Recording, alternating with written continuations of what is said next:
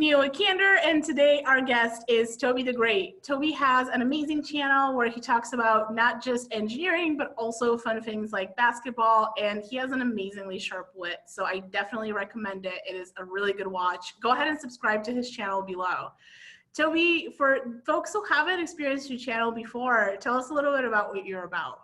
Yes, thank you for introducing me, Nia. My name is Tobi the Great, and I make a bunch of different videos ranging from coding, software engineering, the tech industry as a whole, and I do my best to sort of share everything I've learned about the tech world and keep it as fun and informative as possible.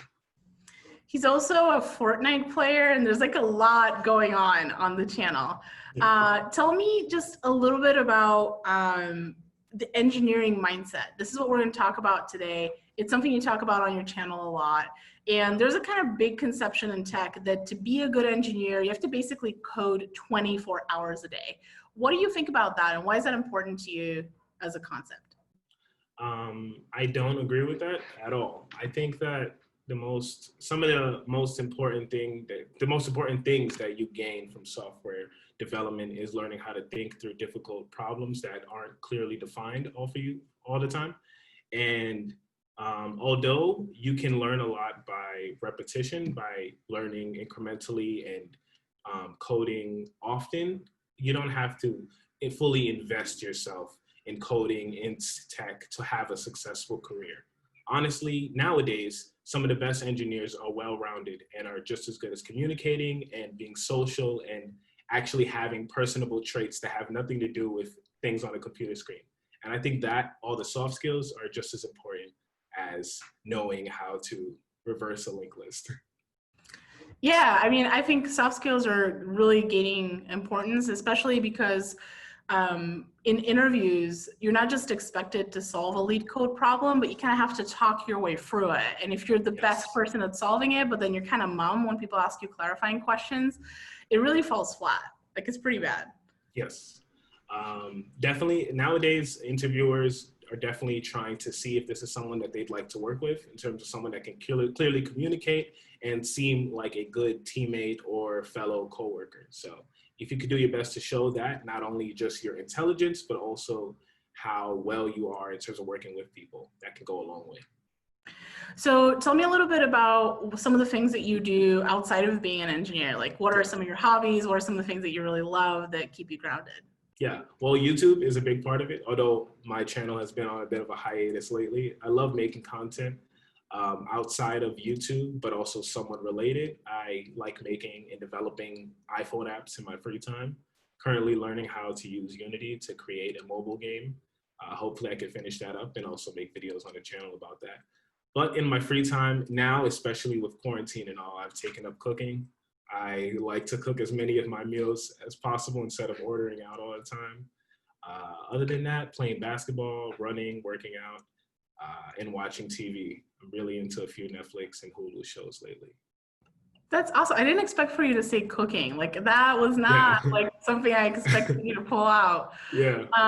So wait, so on your free time, you do code though. So it sounds like working on passion projects like really, really drives you. What are some of the favorite things that you've whipped up in terms of apps?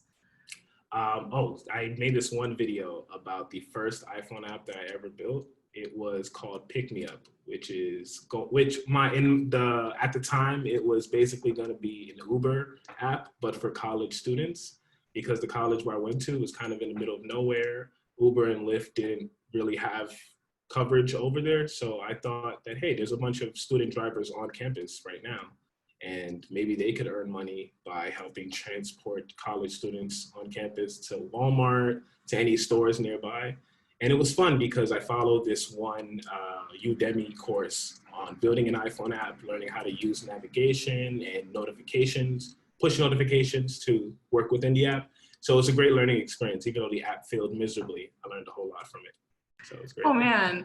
I mean, it would almost like you learn more from your failures sometimes than from your successes, right? Absolutely, yeah. And it's really important to fail early, and failing while you're still in college or even like while you're still in high school, like tinkering on stuff is actually pretty valuable for you later on. For sure.